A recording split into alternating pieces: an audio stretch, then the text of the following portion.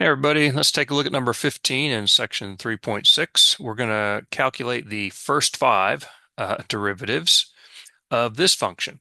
So we're um, learning the rules for the derivatives of sine and cosine. Of course, these are higher order derivatives we want to look at.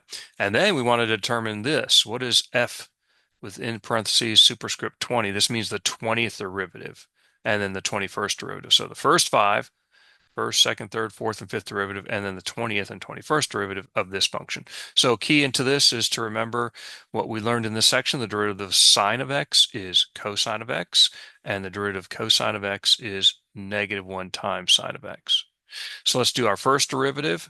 That would be the derivative of negative sine of x. Well, since the derivative of sine of x is cosine of x, I'll get -1 times cosine of x. There's my first derivative. Second derivative is the derivative of -1 times cosine of x. So by the constant multiple rule, I can pull the constant multiple out and then take the derivative of cosine of x. What's the derivative of cosine of x? It's negative sine of x. But be careful, a -1 times a -1 is positive. So this is positive sine of x for our second derivative.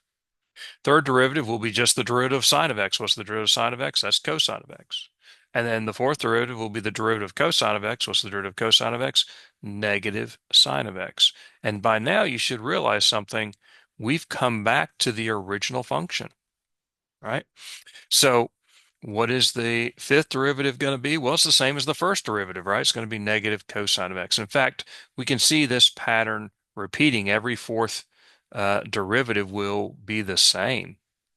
In fact, if we look at the nth derivative of this function, it's going to be equal to negative sine of x if n is a multiple of 4, right?